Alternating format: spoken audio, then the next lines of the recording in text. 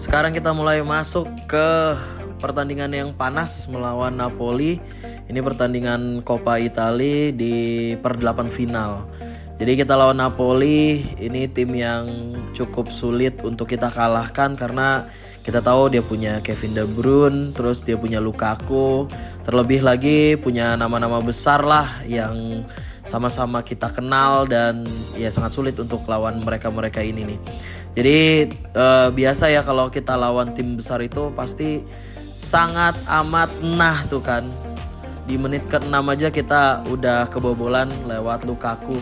Ya memang Lukaku ini punya keeping bola yang kuat banget ya. Jadi akan sangat sulit untuk kita untuk dapetin bolanya si Lukaku ini, sulit banget emang. Terlebih lagi memang pemain tengahnya tuh benar-benar terorganisir parah. Jadi kita susah banget ngedapetin bola dari mereka. Terus nggak tahu ya kok kalau misalnya kita lawan tim-tim besar tuh kayak ada gemeteran atau segala macamnya. Jadi sangat sulit banget untuk nembus mereka ini. Nah tuh dia tuh, hampir lagi kita kebobolan untuk kedua kalinya, tapi beruntung cuman ada keributan di depan gawang jadi kita tetap aman. Ada konfirmasi transfer dari Sunderland. Ini siapa orangnya? Kadang-kadang GE juga kayaknya harus memfilter deh pemain-pemain yang dia kasih simulasi konfirmasi transfer kayak gitu untuk yang pemain-pemain gede aja. Jadi untuk pemain-pemain kecil kayaknya gak perlu deh IE.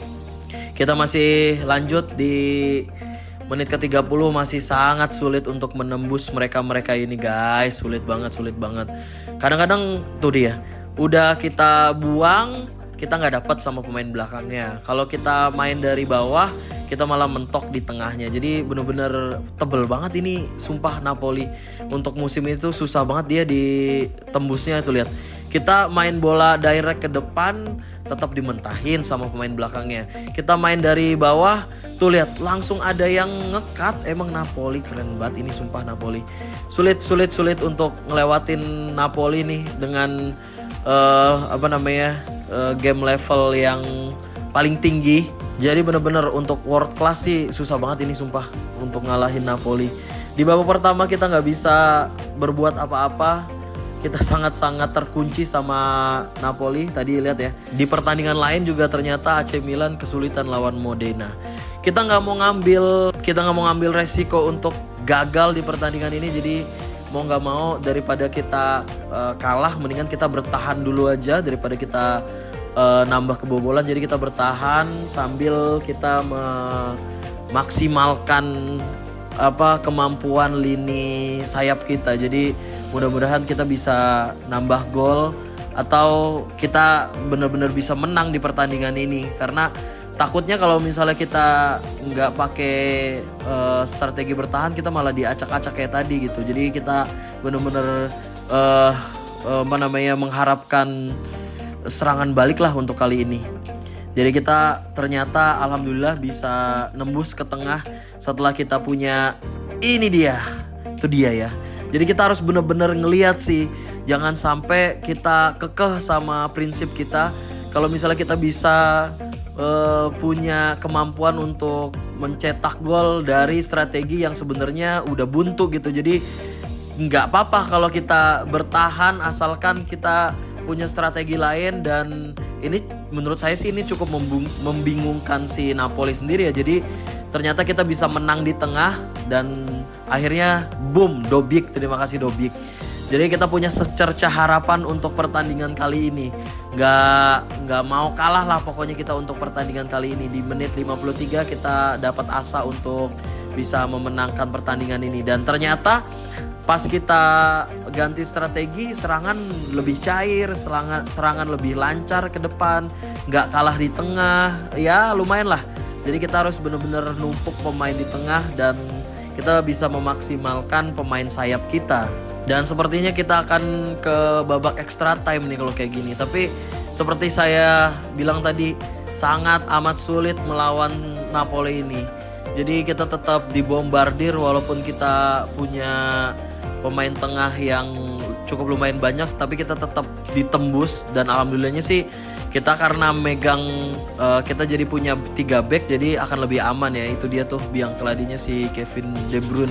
Sulit sekali untuk lawan tim ini. Di menit ke-7 kita kebobolan, kita punya Dobik di menit 53. Lumayan lah.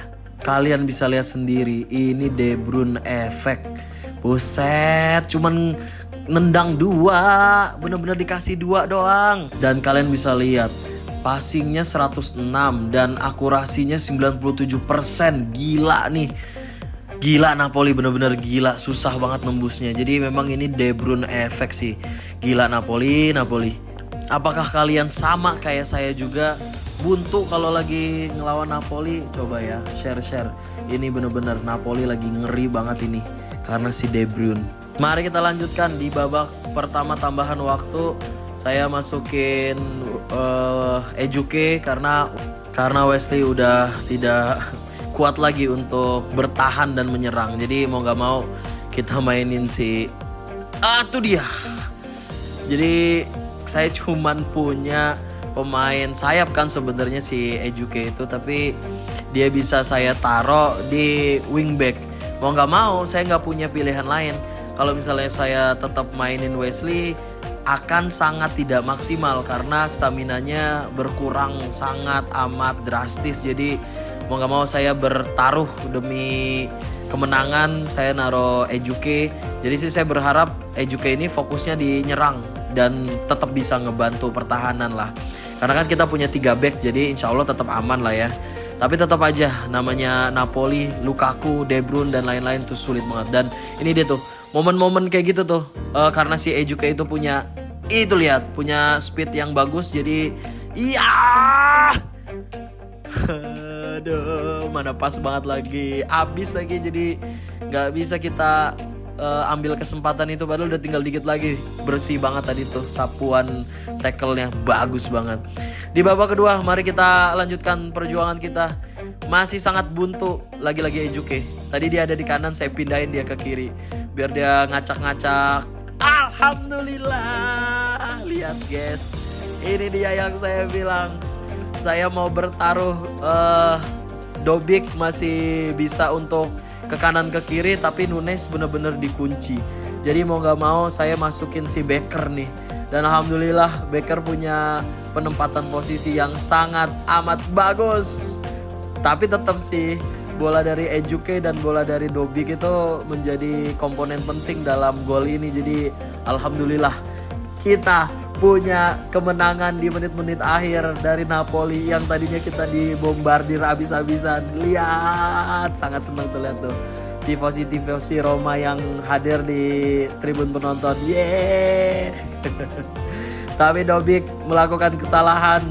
Dia men-tackle dengan keras. Mau gak mau, saya gak mau kehilangan momen untuk menang ini. Dan kalau penalti itu benar-benar 50-50 kan, saya gak mau kalah. Dan ya sudah, saya pencet O aja yang kenceng biar langsung di-tackle tuh pemainnya. Kurang dari 1 menit lagi di pertambahan normal ini. Apakah saya bisa tetap bertahan? Buang. Saking paniknya tuh. Jadi ngebuangnya si Hermoso malah ke corner. Tapi gak apa-apa. Bertahan guys. Bertahan. Iya, bagus. Bener-bener bertubi-tubi guys. Gila ini Napoli bener-bener. Buang. Ya.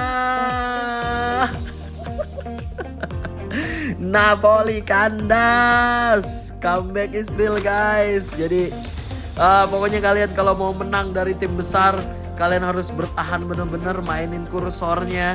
Terus kalau misalnya emang udah buntu, coba kalian pakai strategi yang lain. Terus juga kalau misalnya penyerangnya udah buntu, ganti aja sama yang lebih seger. Dan hanya itu yang bisa kita lakukan. Yang penting tetap disiplin, kursornya mainin, jangan sampai bertahannya itu nggak fokus. Ya itu aja sih pokoknya. Dan kita amat sangat beruntung di pertandingan kali ini. Kita lihat Villar, ya iyalah orang dia dibombardir, mau nggak mau dia jadi pemain. Tuh lihat Ejuke dan Becker kan. Dan tidak lupa ada Dobik sama Matthias Sule. Jadi ini kebanyakan pemain pengganti tuh, si Ejuke, Becker sama si Sule. Di momen ini saya seneng banget. Gak terlupakan ini pertandingan, sumpah dibombardir abis-abisan. kita bertahan bagus, terlebih Villar sih. Nanti kita bakal lanjutin di pertandingan selanjutnya ya.